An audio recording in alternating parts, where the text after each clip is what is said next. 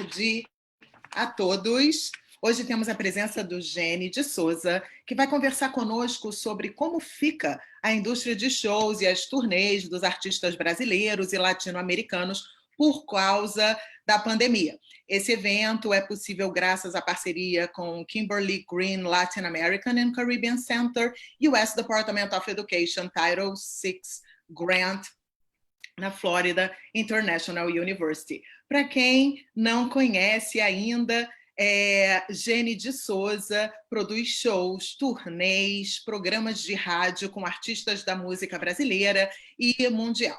Ele se formou em Relações Internacionais pela Universidade de Richmond, na Virgínia, e quando ele chegou a Miami, ele iniciou o premiado Café Brasil Radio Show, que vai ao ar aos domingos, às 18 horas, na rádio WDNA 88.9 FM. O Gene foi diretor de desenvolvimento da The Rhythm Foundation, que é o principal apresentador de música internacional do Sudeste dos Estados Unidos. Com a Rhythm Foundation, Gene apresentou shows com muitas lendas da música, como Caetano Veloso, Gilberto Gil, Manu Chao, Bebo Valdez, Paco de Lucia, Ivete Sangalo. E desde 2017, o Gene é sócio da agência Brazilian Nights, representando talentos brasileiros na América do Norte e negociando várias turnês de artistas como Tribalistas, Lulu Santos, Vanessa da Mata. Semanalmente, ele escreve sobre música no Gazeta Brazilian News e faz apresentações de música brasileira, em escolas e universidades, incluindo Que Beleza Brasil, em parceria com a FIU e o Latin American and Caribbean Center. Gene também faz parte do Conselho do Focus Brasil, do Centro Cultural Brasil USA e é membro do Comitê Brasileiro do Latin Grammy Awards. Boa tarde, Gene. Boa tarde. Nossa, tanta coisa assim. Viu só? Que coisa. O tempo passa, mas não, realmente é uma delícia poder trabalhar com a música e especialmente com a música brasileira, né? E a cultura brasileira. Mas, em primeiro lugar, quero te agradecer, Beatriz, por participar dessa conversa aqui conosco. Para quem não sabe, a Beatriz Carriello é uma professora de português e coordenadora e faz um trabalho maravilhoso aqui com a OTP, com a Ronald Reagan Senior High, com a FIU, e a gente tem feito muita coisa bacana aí juntos, então quero te agradecer por participar disso comigo. E também queria agradecer a Brazilian Nights, a minha parceira, a Patrícia Leão, que trabalha comigo, e a gente tem feito, né, essas turnês nos últimos anos, e a gente está enfrentando juntos, né, esses desafios da pandemia que a gente vai conversar. Então, obrigado, Patrícia.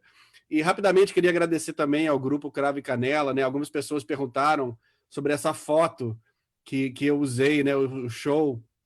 Não essa foto aqui atrás de mim, mas a foto no evento do Facebook, que é uma foto linda do Meisner Park Amphitheater em Boca Raton, de um evento chamado Brazilian Beat, que eu produzia até 2 anos atrás. E é um grupo aqui de Pompano chamado Cravo e Canela, que toca forró, e queria mandar um beijo grande para eles. Gene, vamos começar, então, a nossa conversa. Fica uma dica, se qualquer pergunta que vocês quiserem fazer para o Gene no final, a gente vai tentar contemplar as perguntas da audiência. Manda para a gente via Facebook, no Facebook do Latin American and Caribbean Center e também do Café Brasil. O público que consome música tem uma noção muito vaga, muito geral da indústria dos shows, do trabalho que está por trás, né, de toda essa produção. Mas o que faz exatamente um booking agent? Né? Fala um pouquinho do seu trabalho com os artistas que vieram fazer turnê aqui nos Estados Unidos. Sim, pois é. Esse trabalho de booking agent, né, o termo americano, né, um agente, né, uma agência que representa a artista, é um trabalho muito, muito interessante, muito dinâmico e muito complexo, né? As pessoas, né, quando vão para um show, né, compram um ingresso e vão para um festival, um show ao vivo, realmente não tem ideia da quantidade de tempo, de trabalho, do número de pessoas envolvidas para aquela noite, né, para aqueles 90 minutos, né, 120 minutos, para aquilo acontecer. Realmente é uma operação bem complexa e leva bastante tempo, às vezes 6 meses, às vezes 9, 12 meses ou mais, né, para acontecer um show. E uma turnê, então, nem se fala. Aí, se uma turnê tem 7 cidades, né, 9, 12 cidades, aí o trabalho é mais complexo ainda. Mas o trabalho do agent é basicamente esse. Eu, né, e a Patrícia, a Brazilian Nights, nós representamos artistas brasileiros aqui na América do Norte, né, para shows nos Estados Unidos e no Canadá. E nesses últimos anos, né, temos feito turnês com Lulu Santos, Alceu Valença, o Yamandu Costa, a turnê do Tribalistas, né, que foi fantástica em, né, fevereiro passado. E envolve, como eu falei, é uma operação logística, né? Então, você está movimentando vários elementos ao mesmo tempo, em termos de contratos, né, com cada teatro, né, os produtores de cada cidade, o acordo, obviamente, com o artista, primeiro sobre a turnê em geral, e aí depois toda essa parte logística, né, das viagens, né, o visto de trabalho para artista, que é uma coisa bem específica, não é diferente do visto de trabalho normal, né, para vir trabalhar numa empresa, por exemplo, aqui nos Estados Unidos, né? Tem toda uma logística para vistos, para impostos também, né, com a Receita Americana, tem também todo um procedimento especial para artista que vem aqui, vai passar 10 dias numa turnê, tem que declarar, tem que fazer todo esse procedimento. Aí vem a parte de marketing, de seguro, a viagens internas, hotel, a produção técnica, né? Tem que ter certeza que cada teatro vai ter tudo pronto, tudo esperando a equipe do artista quando chegar, que vai ter a luz certa, o som correto, toda essa coisa toda. Então, é um trabalho, assim, é bastante trabalho, como eu falei, leva meses e meses para preparar uma turnê, mas dá muita satisfação quando realmente acontece, né? E quando você tem, por exemplo, como essa imagem aqui atrás de mim, quando você tem um teatro cheio e acontece tudo aquilo, todos aqueles meses de e-mails e contratos e planilhas e tudo aquilo vale a pena quando os shows acontecem. Não, eu imagino, né? Trabalhar e ver a casa cheia é o reconhecimento desse trabalho. Mas aí veio o mês de março, quando Ai. começou a pandemia, Jenny. E aí? Como é que foi esse dia a dia no início, né? Nessa confusão toda?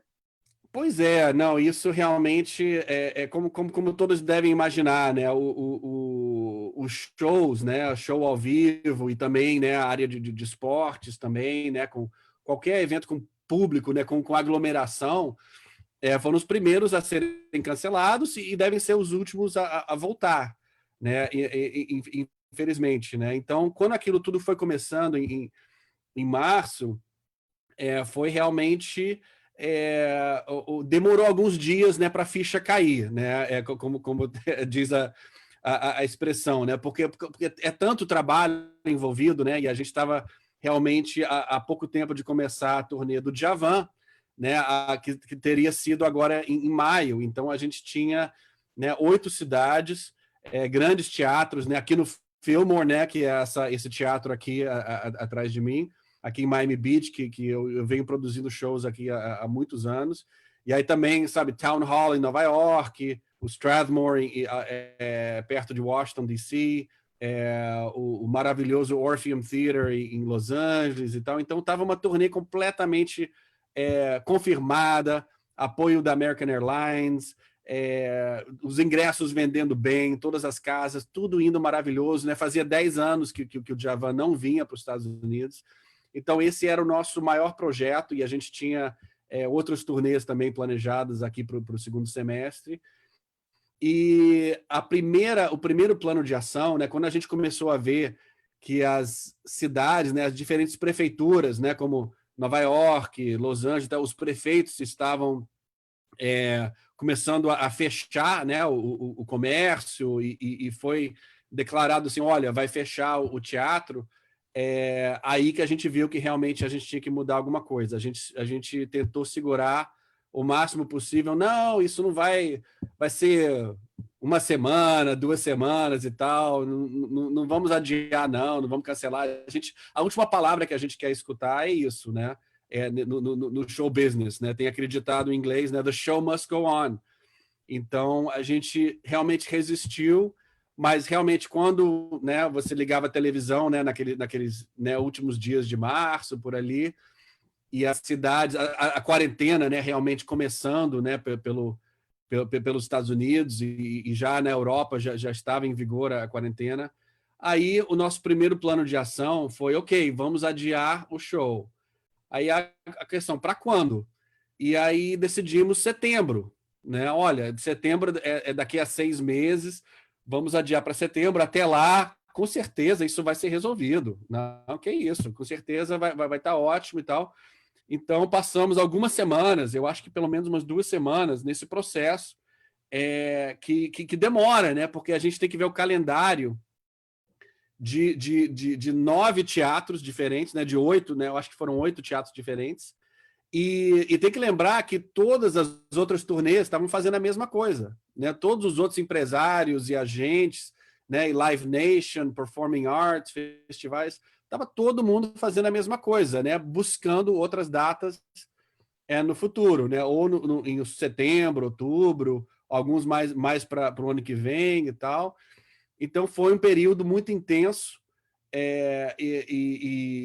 né, uma competição por datas, né? Literalmente, né? Eu telefonava para Boston, não, só tem terça-feira. Se é só terça, vamos com terça. Em Miami conseguimos uma sexta-feira, ótimo. Obviamente que sexta e sábado são os melhores dias. Então é aquela luta, né? Outro empresário quer sábado também. Não, é meu, eu quero e tal. Então foi esse processo.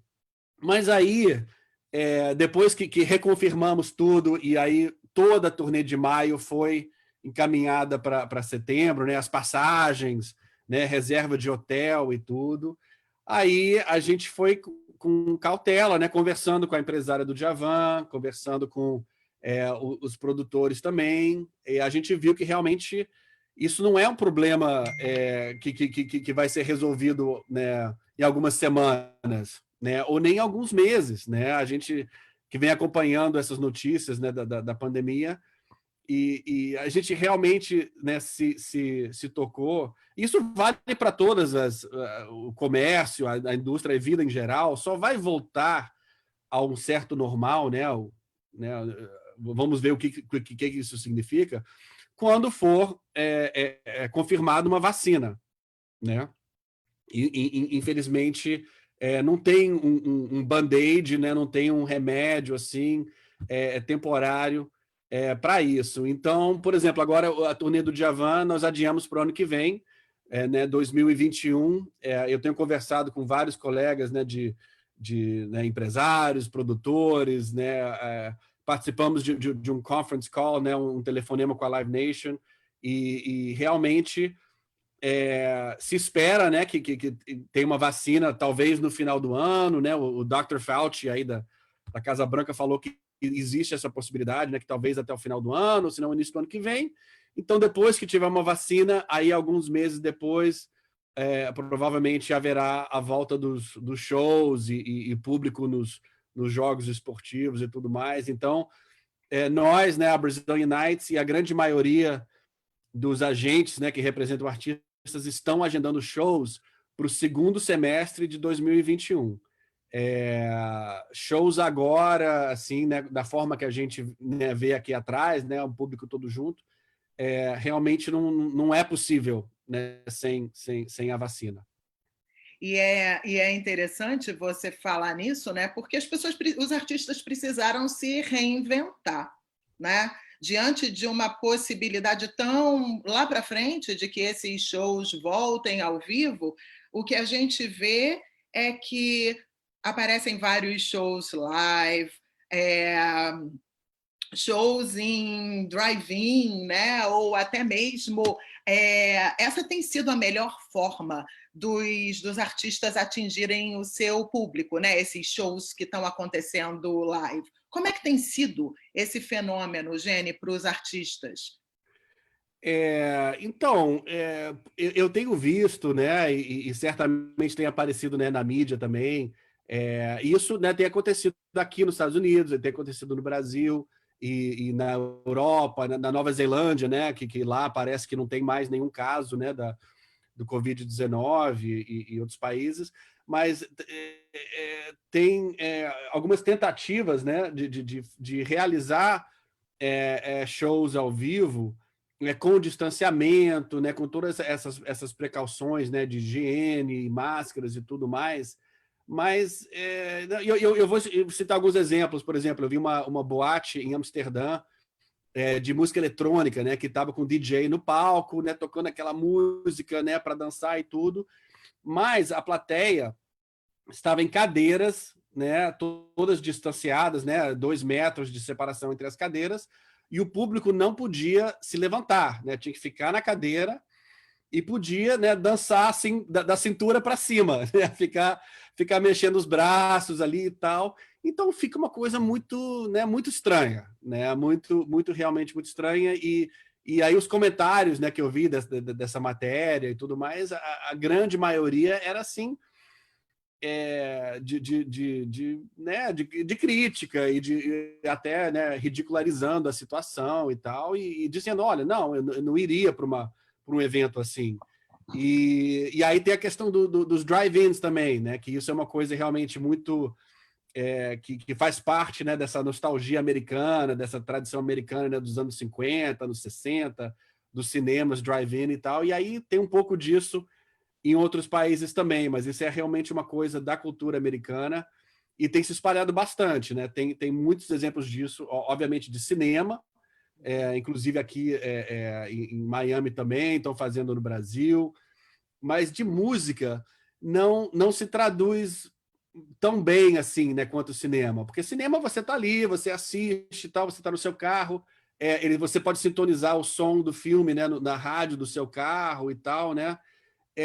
Mas num show, geralmente num show, você pensa, você quer, se for um show animado, né, assim, você quer dançar, você quer se levantar, vou ali comprar uma cerveja e tal, aquela coisa, né, com você dentro de um carro, você está literalmente com uma barreira e uma distância enorme do artista. Então, tem esses problemas, né, a experiência ao vivo, né, os shows, os festivais e tal, por natureza, são aglomerações, né? Você está ali encostado ali, né? Eu lembro assim, né? Muitas vezes indo para o circo voador, estando ali, né? Como uma sardinha, literalmente, espremido com as pessoas ali pulando, vendo shows.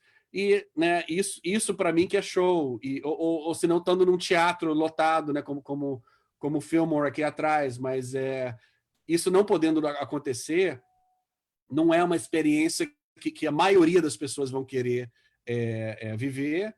E o mais importante, Beatriz, é que esses modelos que têm sido apresentados aí, e mesmo ao ar livre, né? Ao ar livre é muito mais fácil de fazer isso, né? Você, se tiver um gramado grande, e aí, né, tem visto alguns exemplos disso, né?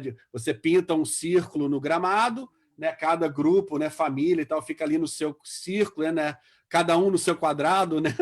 E aí pode assistir um show e tal, tem essa possibilidade. Mas, enfim, esses modelos não são viáveis financeiramente, né? Porque se um anfiteatro, um festival, né, um teatro só puder vender, né, 25% ou até 50%, né, da capacidade, isso não vai pagar as contas, né? Não vai ser o suficiente para pagar a estrutura do show, a equipe da casa, o cachê do artista, a divulgação, tudo isso, né, que está envolvido, né? E só para citar um exemplo, né, um show no Fillmore, né, que é esse teatro aqui, tem que vender pelo menos uns 80% dos ingressos para o show ser viável, né, para empatar. Né? A margem de lucro de shows, em geral, isso vale no mundo inteiro, no Brasil, na América Latina, nos Estados Unidos, muita despesa, né? Tudo isso que eu fui falando, né? Tem o custo técnico, o custo de bilheteria, equipamentos, toda a equipe da frente da casa, do fundo da casa, mídia, hotel, transporte. Não, a planilha é enorme. Então, quando você está fazendo aquele cálculo, ok, o preço dos ingressos e tal, esse teatro tem 2.400 lugares e tal, papapá. No final das contas, não importa o tamanho do local, a maioria das vezes tem que vender 80%, 90% dos ingressos para fazer sentido. Então, se tem esse limite, né? E esse é o limite que as prefeituras estão dando, né? Agora nessa fase 2, né? Fase 3 das reaberturas, né? No Brasil e aqui e tal. Isso que os prefeitos e governadores estão dizendo. Olha, você pode abrir igual nos restaurantes, por exemplo, né? A gente sabe que aqui em Miami, por exemplo, estão dizendo primeiro 25%, depois 50% dos restaurantes e tal. Mas os teatros, né, que eu tenho conversado aqui e no Brasil também, conversei com alguns teatros e empresários de artistas e tal, isso não funciona. Financeiramente, não funciona um teatro abrir se não puder vender 100%, né? A possibilidade de vender 80% para cima da casa. Então, eu acho que a gente vai continuar a ver essas experiências e essas inovações e essas propostas e tal, mas eu acho que vai ficar por isso mesmo. Vão ser apenas experiências e não vão se espalhar, não vai ser o novo normal, né? Vai ser umas experiências interessantes aqui e ali e tal, mas a grande maioria do público acho que não vai aderir a esses tipos de shows. E como eu falei, a grande maioria dos teatros não vai entrar nessas brincadeiras, né? Nessas experiências, porque não são viáveis financeiramente. E, infelizmente, Beatriz, também porque muitos teatros, especialmente teatros pequenos e festivais também pequenos e tal, não vão sobreviver, vão fechar, e já estão fechando. Essa é a triste realidade, né? E isso no Brasil, em toda a América Latina, aqui nos Estados Unidos, eu tenho visto matérias assim com mais frequência, né? Especialmente na última semana, falando assim, olha, porque esses teatros não têm dinheiro em caixa, eles não têm como ficar pagando a equipe deles e tal por nem 2 meses, mais 3 meses. Então, se isso durar mais 6 meses, acabou. Eles não têm como abrir as portas. Se tiver uma vacina em janeiro, então aí vamos começar a fazer shows em março, abril do ano que vem. Eles não têm como fazer isso. Eles vão fechar as portas agora. Então, quando tiver uma reabertura e a pandemia terminar, vai ter, infelizmente, um grande cemitério de festivais e teatros que infelizmente, também vão deixar de existir. E aí vai nascer um novo ecossistema, né? A gente vai falar disso um pouco mais para frente, mas a verdade é essa, que muitos teatros e festivais infelizmente, não vão sobreviver a essa pandemia que a gente está passando. Você tocou em dois pontos importantes, que são, falar um pouco dessas pessoas que estão trabalhando, né? Que não são só os artistas, mas quem está por trás desses artistas. Eu queria saber um pouquinho do que está acontecendo com essas pessoas. Mas a gente falou também dessa formatação toda nova, né? Que você imagina de que as pessoas precisam pensar num outro formato, né, para esses shows. E muitos artistas estão fazendo shows live, né? O que você acha disso? É uma outra forma, é uma melhor forma, né, dentro da situação que a gente está vivendo, para que os artistas consigam atingir o seu público? Não, realmente, temos visto, né, todos sabem, né, todos têm visto, né, essas lives, né, como a gente chama em português, né, em inglês é o live stream, né, de shows, e isso realmente mudou completamente esse mundo da música ao vivo, né, durante a pandemia. E a sociedade em geral, né, tá mais online do que nunca, né? A gente viu isso, né, em termos das escolas, né? A educação passou a ser online, todos os negócios, as empresas, tá todo mundo no seu home office, né? Nós dois aqui estamos falando de casa. Então, muitas coisas que afetaram o mundo inteiro, obviamente afetaram o mundo da música também. E aconteceu, né, vários fenômenos interessantes, né, online, né, em termos dos artistas. Em primeiro que a grande maioria passou a ficar ainda mais ativo, né, nas redes sociais, né? As redes sociais sempre foram importantes e uma ferramenta importante, né, para a divulgação dos shows, né, dos artistas, dos lançamentos e tudo. Né, nos últimos anos, eu lembro, né, quando eu comecei a fazer shows aqui em Miami, se você olhasse o plano de mídia, né, para divulgar um show naquela época, aí você compara com um show, né, do ano passado, é um plano completamente diferente, né? Toda essa verba, toda essa estratégia de marketing para o show passou a ser quase que exclusivamente online. Tem muitos teatros e artistas e tal que realmente pararam de fazer mídia impressa e, né, a mídia tradicional antiga, até televisão e tal, e passaram a fazer tudo exclusivamente online, rede social e Google Ads e essa coisa toda. Então, os artistas que já tinham uma presença forte, né, nas redes sociais fortaleceram mais ainda, e os que não davam muita atenção, por exemplo, artistas, né, com mais idade até, né, old school, né, como a gente pode Olha, eu dizer. nunca vi tanta propaganda não, tanto Lulu Santos, né? Por exemplo, te dando Não, pois é, o exemplo exemplo do Lulu. O Lulu, por exemplo, e pode-se dizer isso de vários artistas, o canal YouTube, por exemplo. O canal YouTube era uma plataforma assim, secundária, até, né, assim, lá atrás, assim, em termos de prioridade dos artistas, né? Era assim, vamos postar no Instagram, Facebook e tal, papapá, colocar, né, as músicas novas nas plataformas de streaming e tudo mais. YouTube era assim, ok, tem um vídeo novo, tem um clipe, uma coisa assim, coloca lá e tal, tem os seguidores, né, os subscribers e tudo, mas não era uma plataforma de prioridade. Um artista como o Lulu Santos, por exemplo, eu acho que praticamente triplicou o número de seguidores no YouTube por causa das lives, né, que ele tem feito. Né? Eu acho que já são 2 ou 3, né? Ele fez, né, o dia dos namorados, né, do Copacabana Palace, que foi uma inovação, né? Isso aí é outro aspecto, né? Assim, se você for ver todas essas lives, né, seja de artistas brasileiros, ou americanos, ou latino-americanos e tal, a grande maioria é o artista ali na sala deles, ali, com algum violão e cantando, e pronto. Não tem muita diferença do que a gente está fazendo agora aqui. É o computador, né, o telefone, e aí o artista, né, cantando. A maioria é assim. Então, agora que a gente, né, já passou alguns meses, né, muita gente tem um certo cansaço, né, disso, tem muitas lives, muita gente está meio cansado disso, tem né, até umas piadas disso, de que humoristas estão fazendo e tal. Mas, enfim, artistas como o Lulu, por exemplo, tiveram que inovar.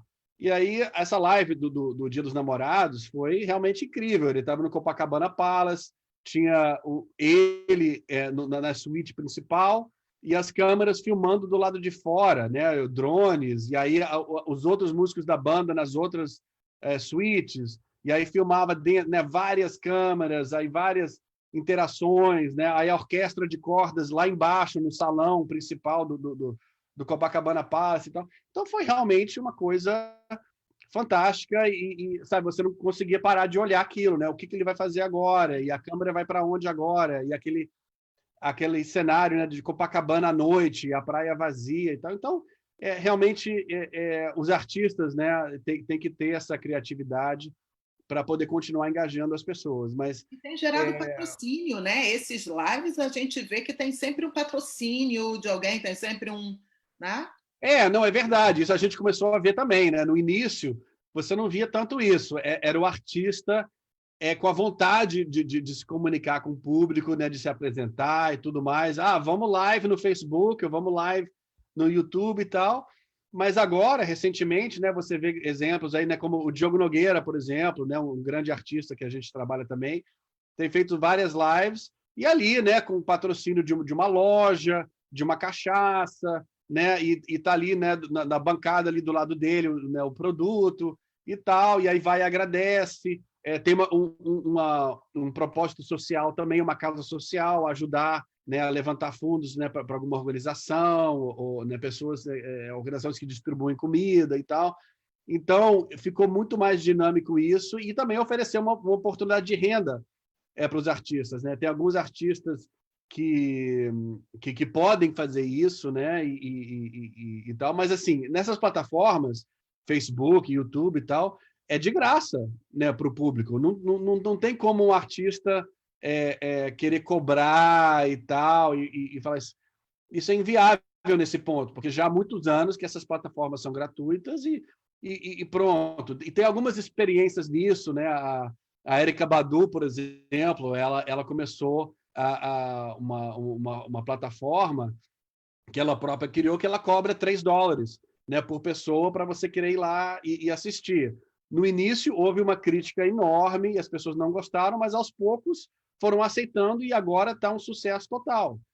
E ela foi bem sincera, ela falou, olha, eu não tenho outra renda, o streaming, né, de música, né, nessas plataformas aí, o pagamento final que chega ao artista é mínimo, é ridículo, é uma coisa que vem se discutindo há muitos anos. Então, assim, olha, eu não tenho como cobrar ingresso num teatro, você não pode me ver no teatro, mas então paga alguns dólares aqui para me assistir aqui no seu computador. Então, essa é uma forma, eu acho que vai crescer também nos próximos meses e tal, mas a grande maioria das lives e tal vai continuar sendo gratuita para o público e com, né, patrocínio, né, de empresas, como a gente tem visto nesses grandes artistas, né? Mas a questão das lives também é que, por exemplo, né, a gente está falando de grandes nomes, né? A gente está falando de Lulu, de Ivete Sangalo, Anitta e tudo mais, todo mundo está fazendo essas lives. Mas, assim, para os artistas médios e pequenos, isso aí é muito difícil, né? É muito difícil você fazer isso e ter uma equipe técnica, contratar os câmaras e tal. Obviamente, tudo isso feito com distanciamento social e essa coisa toda. Houve alguns casos aí, parece, né, com algumas lives aí que houve problemas e tinha muita gente, muita equipe lá e tal, exageraram nisso e tal. Mas, enfim, são oportunidades viáveis para artistas maiores. E houve até algumas críticas nisso, né? Por exemplo, a Tereza Cristina, né, uma cantora de samba maravilhosa, eu tive o prazer de trabalhar com ela aqui alguns anos atrás. Então, ela está fazendo um sucesso enorme no Instagram, ela faz um Instagram ao vivo toda noite, convida artistas, convida pessoas, né, do público e tal, conversa, bate-papo, cantoria e tal. E ela nunca teve, na carreira dela inteira, né, de mais de 20 anos, ela nunca teve um patrocínio. Nunca teve. E estava tendo dificuldade para ter patrocínio agora, para ela fazer live, né?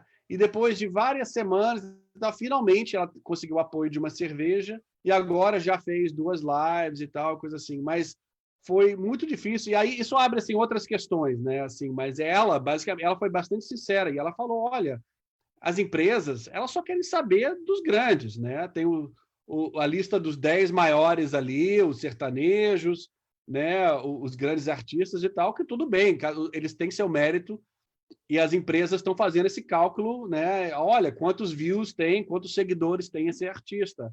Mas, infelizmente, isso não é uma oportunidade. As lives não é uma alternativa, ok, resolveu o problema. Não, assim, tem uma grande parte da indústria, né? Os agentes, né? Como eu, os empresários, artistas, equipe técnica e tal, que não podem, não tem como assim, ok, vou fazer uma live, vou conseguir patrocínio de uma empresa aqui e pronto, resolveu. Não, é uma parcela muito pequena da indústria da música que está se beneficiando disso.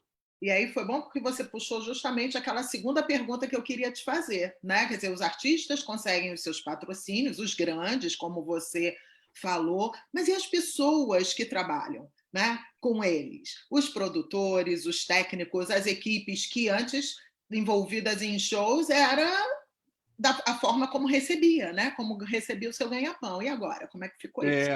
Não, é verdade, é verdade. Não, como eu falei, isso realmente é uma situação muito difícil. No meu caso, por exemplo, a agência, né, a Brazilian Nights, nós ganhamos nossa, né, comissão, né, a agência, por natureza, ganha comissão em cima dos projetos realizados. Então, se não tiver ninguém na estrada, as turnês acontecendo, né, por exemplo, ano passado fizemos 7 turnês, aí que nós, né, temos a nossa renda e a nossa comissão e tal, e a coisa vai andando, e nós tínhamos todos esses planos agora para 2020 que, infelizmente, evaporaram. Então, eu não tenho essa renda. Isso simplesmente evaporou para o zero. Eu estou fazendo outros projetos aqui locais, outras, né, alguns shows virtuais aqui para teatro americano, tenho meu programa de rádio, tem algumas outras alternativas aí que eu estou me mantendo ocupado e, obviamente, né, planejando, né, para o pós-pandemia voltar com as turnês. E aí os colegas que eu tenho conversado, né, que são artistas, empresários, gerentes de teatro, gerente de marketing, todo mundo envolvido de alguma forma na indústria da música, né? Técnicos também, eu conversei com o técnico do Djavan, o técnico de som e tal, todos eles estão procurando também outros projetos, né? Muitas vezes envolvidos com a música, né? Alguns podem trabalhar, né? Nesses casos dos artistas maiores, né? Como o Lulu, o Diogo, o Alceu Valença e tal, eles estão fazendo lives, eles envolvem a equipe o máximo possível ali para fazer aquela produção e tal, mas os outros não, tem que procurar outras formas de trabalhar, e se não for num projeto relacionado à música, outras coisas, são, né, bicos, né? A economia informal, alguma outra forma de sobreviver, né? Aqui nos Estados Unidos, sabemos, né, que mesmo com toda essa confusão e toda essas incertezas da pandemia e tal, houve essa ajuda aí do governo federal, tem o seguro-desemprego, várias iniciativas, né, de organizações da música que estão levantando dinheiro para músicos e equipes que estão paradas, né, porque são pessoas, trabalhadores independentes, eles não têm salário fixo, não têm seguro-saúde, nada disso. Eles têm isso quando estão trabalhando para o artista, né? Eles são contratados. Um artista vem para a turnê aqui nos Estados Unidos, por exemplo, ou vai fazer uma turnê pelo Brasil. Ele é contratado por, sei lá, 4 meses, vai receber X, né, por dia ou por show, né, a forma que eles vão negociar, vai ter um seguro e tal, e pronto. Quando aquela turnê acabar, acabou. Aí aquele técnico passa a trabalhar para outro artista, ou ele é contratado por um teatro, ou faz alguma outra produção. A vida deles, dos técnicos, é de um projeto para outro, né? Então, agora que parou tudo, parou o ganha-pão, né? Parou a renda. Então, é muito importante todos, né, se tocarem disso e saberem disso e apoiarem, né, se possível, essas iniciativas. O Lulu Santos está apoiando uma iniciativa bacana lá no Rio e vários artistas também para levantar dinheiro e distribuir esse dinheiro para técnicos de som, de luz, holds, produtores e tudo que estão em casa e não tem outra forma de ganhar a vida.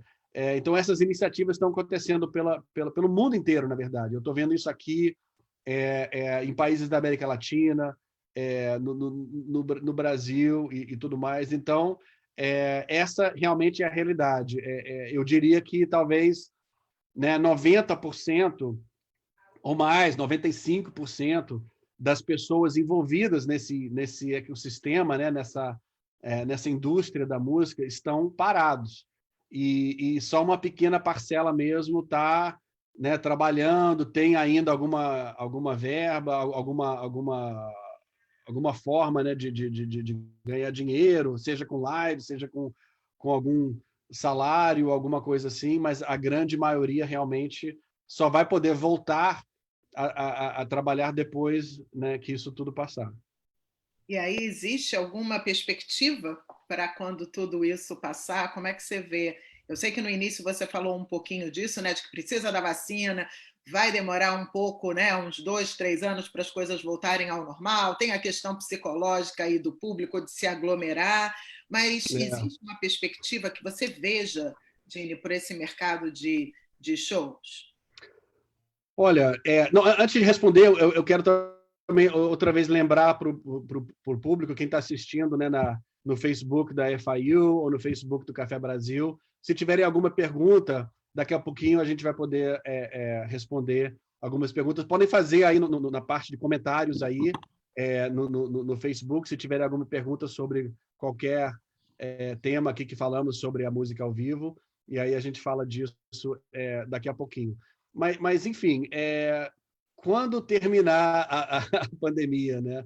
Essa é a grande, né? É a grande pergunta para todos, né? É o que todos queremos saber. Mas enfim, muita gente, muitos né, especialistas, né, da área da música, né? Presidentes de empresa, né? Matérias, você vê na revista Billboard, né? A Variety, os grandes jornais, está todo mundo pensando, né? Além desses shows, né? Que eu falei agora com distanciamento, né?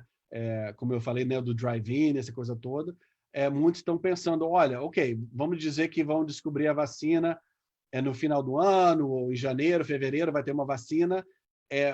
Eu não acho que assim, da noite para o dia, vai voltar a ter uns shows, né, lotados, como esse aqui atrás, e vai ter festivais de música com 10 mil pessoas, 50 mil pessoas, de um dia para o outro. Eu realmente não acho que isso vai acontecer, e nem muitos especialistas. Eu acho que vai ser uma transição bem gradual, para que isso aconteça. E eu acho que um exemplo disso, por exemplo, né, o último, né, grande evento que afetou, né, a vida de todos em relação a viagens, aglomerações e tudo, foi o 11 de setembro. Né? Isso mudou a questão da segurança no mundo inteiro, né, por causa do terrorismo e tudo mais. Né? 2001, aquela década, né, que seguiu, foi o grande medo, a grande preocupação, o grande foco do mundo era o terrorismo. Então, tudo mudou, né? A forma da gente viajar, ir para os aeroportos, e aí entrar em eventos, né? Grandes eventos esportivos, estádios, teatros e tal. Tudo isso mudou, né? Quem se lembra, né? Antes de 2001, era muito mais simples, muito mais tranquilo e tal. Agora você tem que sair mais cedo de casa para tudo. E mesmo num teatro, né, de 2.400 lugares como esse, tem toda uma equipe extra de segurança e coisa assim e tal, né, o que aumenta os custos, né, aumenta isso. E esse é um dos fatores, né, e isso, né, na conversa que tivemos com a Live Nation e tal, falaram disso. Olha, vai ter despesas, né, e alguns teatros maiores vão poder arcar com isso, outros não. Vai ter que colocar mais uma taxa. As pessoas reclamam de taxas, reclamam de Ticketmaster, reclamam de convenience fees.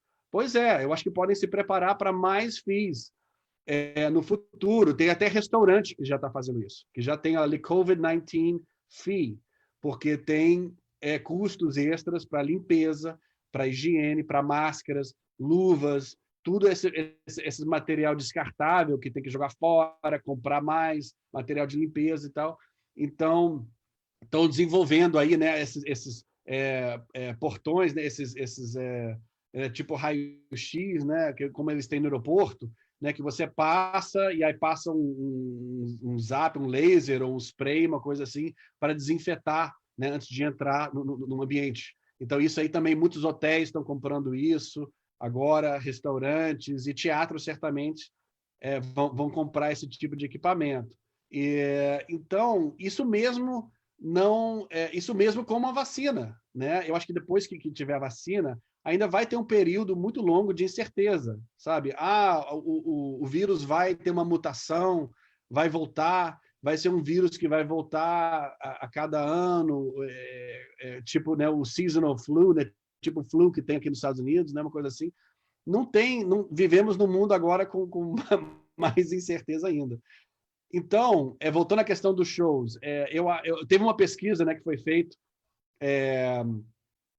logo no início da pandemia, perguntando basicamente assim, olha, quando a pandemia acabar, não dizia quando, obviamente ninguém sabe, mas quando terminar isso tudo, você vai voltar para show, você vai comprar ingresso para ir ver um show? E a resposta foi basicamente assim, 50% disse que sim, 50% disse que não. Então, isso diz muito, né, na questão psicológica, né, porque as pessoas vão ser cautelosas quanto a isso. Elas vão ter passado, vamos dizer, se, por exemplo, a vacina, né, como eu falei, tem essa perspectiva de ser desenvolvida aí no início do ano que vem, vamos dizer. Aí, no segundo semestre de 2001, seria a volta dos shows, né, né, sem restrições e sem restrições de capacidade, né, de público, né? Eu acho que para você ter shows sold out, shows esgotados, ainda vai demorar algum tempo, né? Alguns meses e tal, porque as pessoas vão ser cautelosas, elas já vão estar acostumadas a serem mais, né, mais sedentárias, né, em casa, vendo live stream e tal. Essa questão do live stream, das lives, vai continuar no futuro, mesmo depois da pandemia. Eu acho que mais artistas vão aproveitar mais isso e vão aperfeiçoar mais isso. Mas eu acho que num teatro como esse, de 2.400 lugares, vai ser mais gradual, e aí, eventualmente, eu acho que depois de alguns meses, eles vão esgotar os shows, e os artistas estão loucos para voltar para a estrada, o público também, eu também. Eu acho que todos nós queremos voltar a algum tipo de normal, mas a realidade é que vai ter muita cautela. E aí, quanto maior o evento, né, maior o número de público, eu acho que mais vai demorar para voltar. Eu acho que, por exemplo, festivais, por exemplo, no Brasil, né, tem Lollapalooza, né, em São Paulo, tem grandes eventos, né, shows no Maracanã, todo esse festival de 10 mil ou mais pessoas, isso pode demorar 2, 3 anos para voltar, entendeu? Em termos de regulamentações, né, das prefeituras, dos governos e tal, das autoridades, e também da questão psicológica, né? Mesmo podendo, ok, está tudo liberado, tem a vacina, tudo ótimo, vamos vender 100 mil ingressos para esse festival. Talvez só vão vender 50 mil, entendeu? Porque as pessoas ainda não estão. A pandemia é uma coisa muito. Isso aqui, o que a gente está passando agora é uma coisa muito séria, né? Uma coisa muito histórica, muito épica em todos os sentidos. Então, como se diz aí, né, na mídia e comentaristas falam, não vamos voltar para o normal como era antes, em muitos aspectos, né, da nossa vida, do nosso dia a dia e tal. O novo normal não se sabe como ele vai ser, mas certamente isso vai mudar a humanidade. Espero que para melhor, né, nesses sentidos. E a música tem que ser parte, vai ser parte dessa nova realidade. A música está sendo uma parte muito importante para a gente sobreviver isso, né? As pessoas, né, escutam mais música no dia a dia, estão vendo esses live streams. Eu acho que valorizar a cultura em geral, a leitura, a arte, a cultura, isso está ajudando todos nós a sobreviver. Então, eu acho que, pelo menos, se mudar esse pensamento, né, que muita gente teve antes, né, governantes e pessoas, gestores, para pensar, não, isso aí é uma coisa secundária, e até tem visto isso agora, em termos de determinar a divisão de verbas e prioridades, e tal, dizendo que artistas e o setor cultural não é prioridade. Eu acho que, se você perguntar individualmente, cada pessoa, cada ser humano nesse planeta, se a música, se a cultura está ajudando eles a sobreviver e a passar o dia a dia, com certeza todos diriam que sim. Eu ia Então, falar justamente disso, né? Porque né? tem festas de aniversário, por exemplo, e as pessoas ficam nas suas casas e estão contratando um artista, e aí cada um está no seu Zoom, e aí tem o artista fazendo um show, por exemplo, privado, para aquele grupo de amigos, né? Celebrarem o aniversário. Quer dizer, são inovações, são coisas que estão acontecendo e que a gente não via antes. Né? Não, contratando todo tipo de artista, de DJs e tudo, fazendo apresentações exclusivas, né? Como eu falei, né? Vários teatros no mundo inteiro, né, estão fazendo, né, esses tipos de apresentações e levantando, né, fundos para ajudar o setor artístico e as equipes técnicas e tudo mais. Então, Isso é muito importante, né? No início da pandemia, a gente viu, né, como tinha essas lives, né, com milhões de pessoas, né? Aquele do Andrea Bocelli, né, cantando em Milão, foi uma coisa assim fantástica. As pessoas na Itália, né, cantando das suas janelas e tudo. Então, a música faz parte do ser humano e isso não vai, isso só vai continuar a fortalecer o ser humano e a humanidade em geral. Então, as pessoas se tocando disso, isso tocando de como essa indústria toda e todas as pessoas envolvidas estão sendo afetadas pela pandemia, eu acho que, né, seria ótimo poderem ajudar e compreender, e também ajudar agora, durante a pandemia, e também depois, né, quando voltar aos shows, comprar ingresso, apoiar. Eu até ouvi falar de uma iniciativa na Espanha, de alguns shows começaram a voltar e tal, e aí tinha que ter o assento ao lado, tinha que estar vazio, né,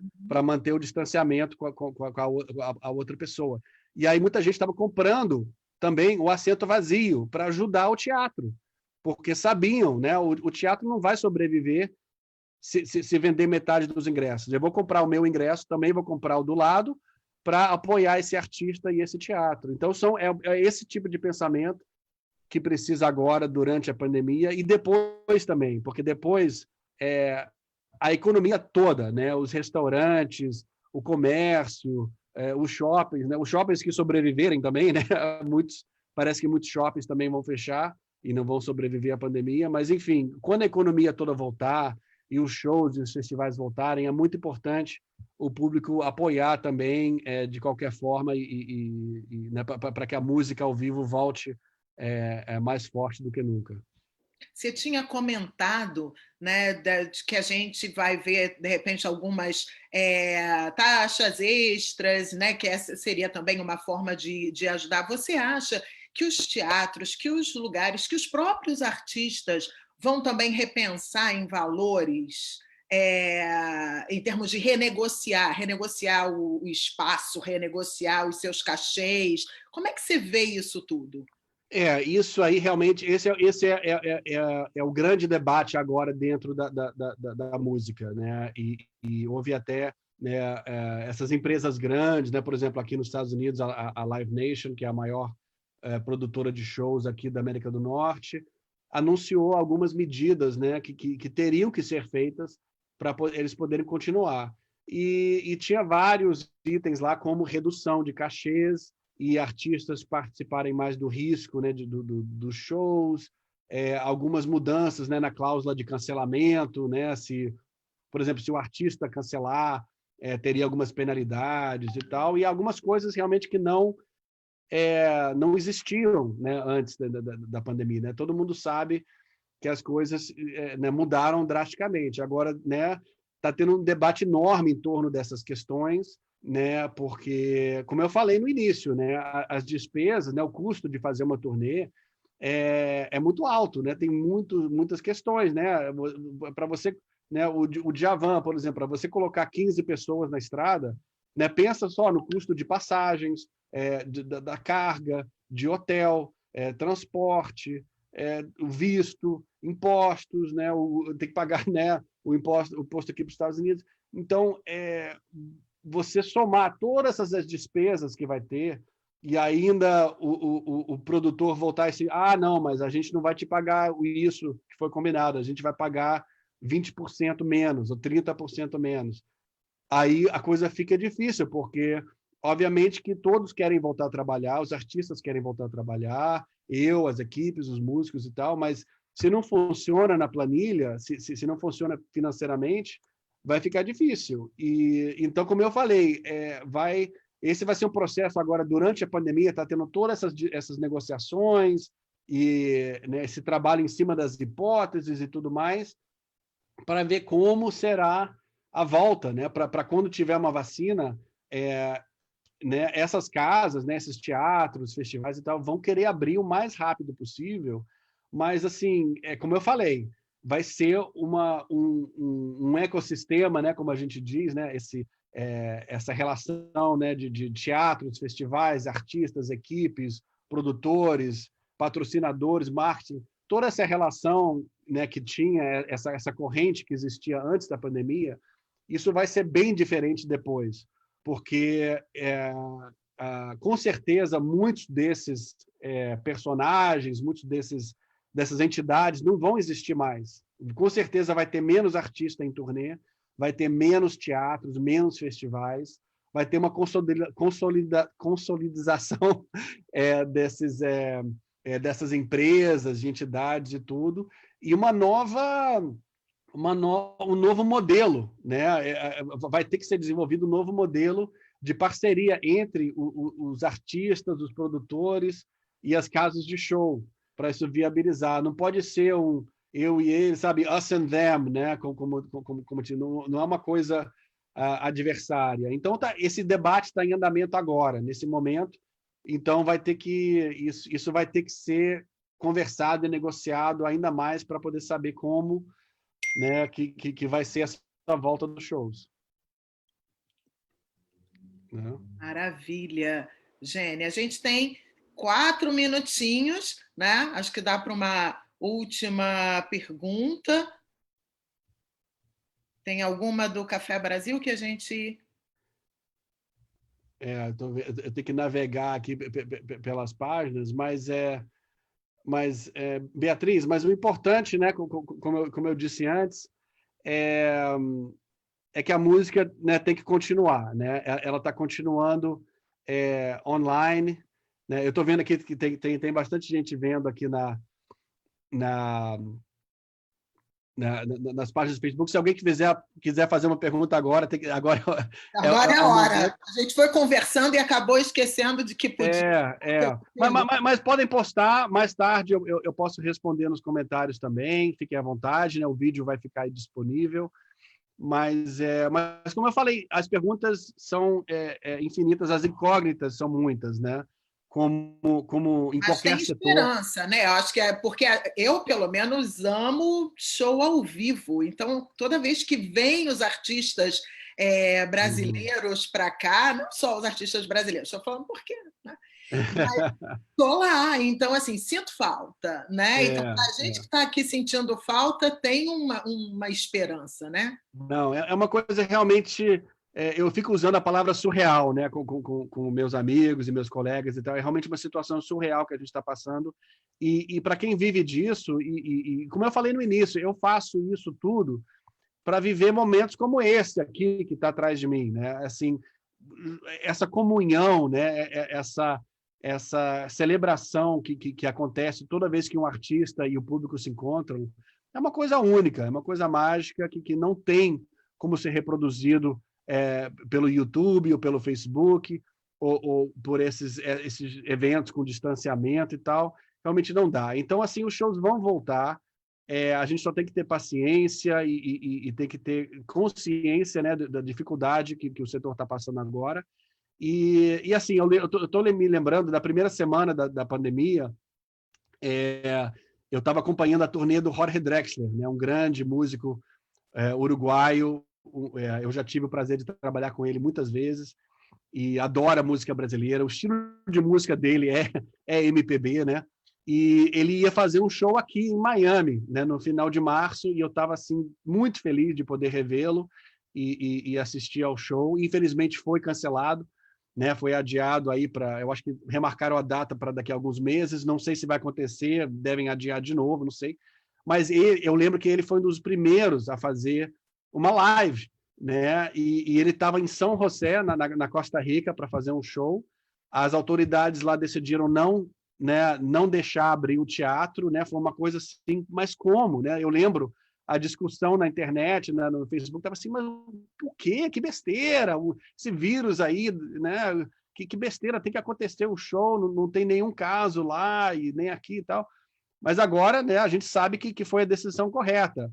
Mas aí ele fez, né, no Facebook dele, ao vivo, virado assim para o fundo do palco, atrás dele, as cadeiras, né, o teatro completamente vazio, e ele cantou lá mais de 1 hora com violão ali, e eu fiquei assistindo aquilo ali, assim, emocionado e também assim perplexo, assim, mas como que isso está acontecendo?